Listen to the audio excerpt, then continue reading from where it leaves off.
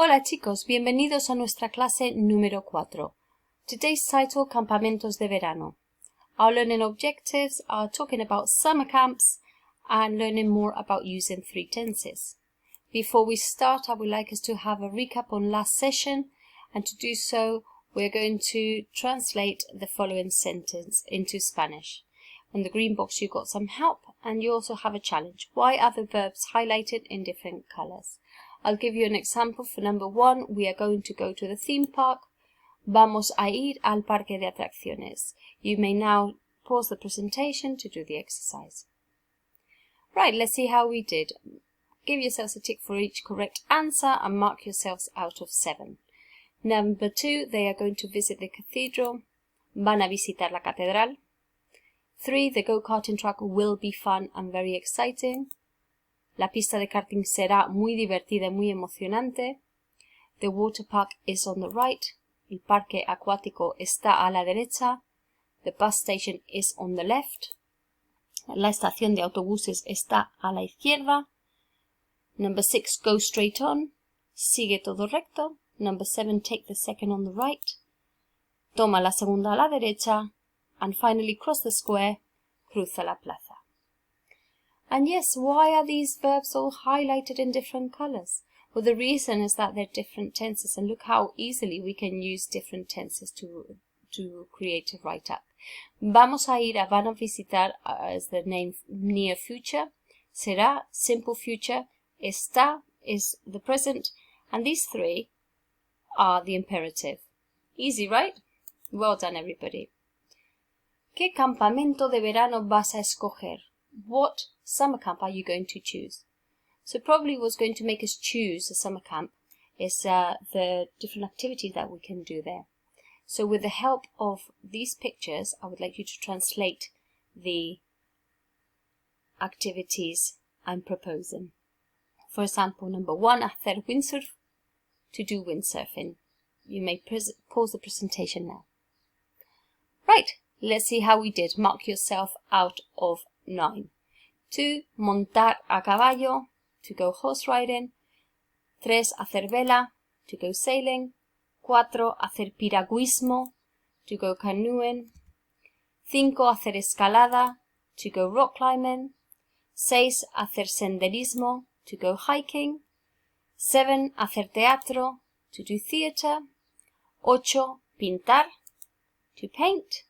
9, ir de excursión, to go on trips. And 10, ir de pesca, to go fishing. Well done, everybody.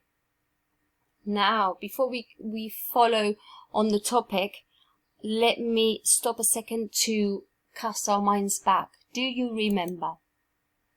Do you remember using different time phrases and tenses? When we are looking at a text, one of the things that's going to help us to identify if we're talking about the present or the future or the past, if we're not too sure when we see the verb, is the word surrounding it, and those time phrases that tells us when things are happening.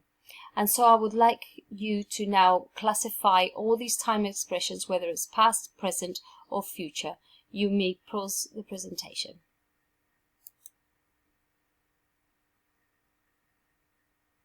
Right, let's see how we did. Tick yourselves for each correct answer and mark yourselves out of 7. In the past, we would have hace 2 años, 2 years ago. El verano pasado, last summer. Cuando era más joven, when I was younger. In the present, and ayer, for yesterday. In the present, we have ahora, now. Hoy, today. And in the future, we have el año que viene. Next year, mañana, tomorrow. El mes que viene, next month. And now we hit our grammar point, but don't be afraid because you've actually seen this without knowing.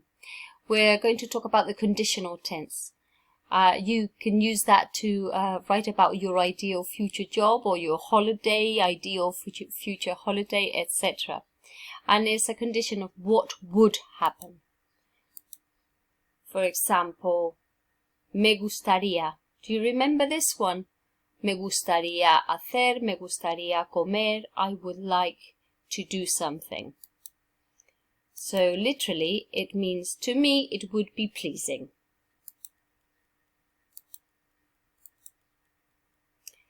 And there's a piece of good news here because the conjugation is the same for all verb groups. So you just, instead of taking away, normally we take off the endings and we add different endings. We leave the infinitive as it is. See here, trabajar. And you just add the different endings for the I, you, he, she, we, you plural, they.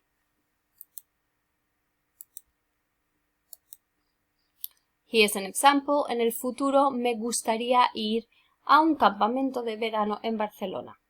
In the future, I would like to go to a summer camp in Barcelona. And so now it's time for you to practice the conditional. Remember, to say I would, you just add ia to the infinitive. Right, let's see how we did. Number 1, practico escalada, practicaría escalada. 2, gano el concurso de teatro, I win the theatre competition. Ganaría el concurso de teatro. 3, voy a un campamento de verano, I go to a summer camp. Iría a un campamento de verano, I would go to a summer camp. And finally 4, compro una tienda de campaña. Compraría una tienda de campaña. So I buy a tent, I would buy a tent. You see the difference? Now, there's always a catch, isn't there? So it's very easy to conjugate, but there's a group of verbs that are irregular. But don't worry, if you pause the presentation, you have the chance to write. This will be the stem that you need to use for these verbs, but you still add the same exact endings as we've seen. Right, now we're going to do a multitask activity. I've got a text here that's missing some words. Here are the words that are going to fit in there. I'm going to read the text and I would like you to listen out for the word I am saying, and then you can double check if it belongs to this box and you can slot it in. In the green box you've got some help, and then I've got 2 challenges for you. Challenge number 1, to highlight in different colors the different tenses that you see, and number 2, could you add a sentence using the conditional? Right, here we go. El verano pasado fui a un campamento de verano en Valencia. El primer día tuve miedo, pero luego conocí a unas chicas muy simpáticas y fue guay. Soy bastante deportista y normalmente los domingos juego al tenis y al voleibol. Pero en el campamento de verano hicimos cosas estupendas. Hicimos vela y también hicimos piragüismo. Un día fuimos de pesca y el último día fuimos de excursión. El año que viene voy a ir a un campamento científico donde voy a hacer muchos experimentos. Va a ser genial. Right, how did we do? Mark yourselves for each correct answer out of 8. Number 1, fui. 2, conocí. 3, fue. 4, juego. 5, hicimos. 6, fuimos. 7, voy a hacer. 8, va a ser. Well done, everybody. And in response to the challenge, we had the highlighted verbs. You got past, past, past, present, past, past, near future, near future. If you added a conditional, it could be me gustaría hacer en el futuro, me gustaría ir, o compraría, etc. Right, so now we've filled in the gaps and we've worked with the conditional and with activities. We're going to do a very quick translation exercise. Pause the presentation and translate the following. Here's your bonus one. Right, let's see how we do.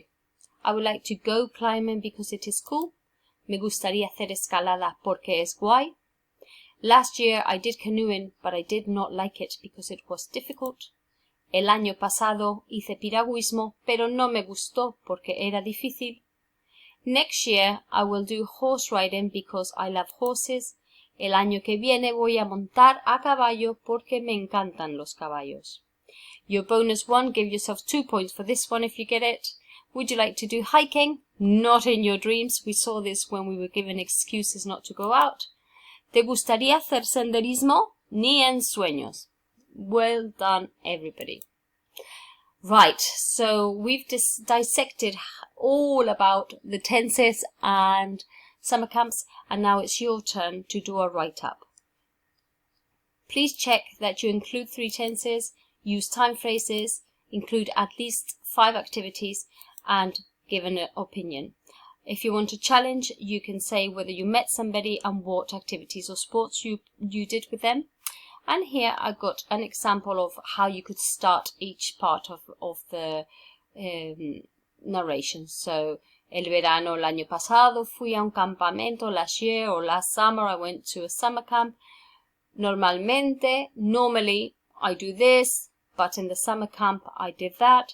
There were lots of activities, like, and then you say your activities. My favorite thing was, it was great because, that's your opinion, and el año que viene me gustaría, or el año que viene haría, to use your conditional. Okay? So I think we can tick off the 2 learning objectives we had, and now, as usual, we're going to beat the mouse, just recapping really quickly some of the vocab we've learnt.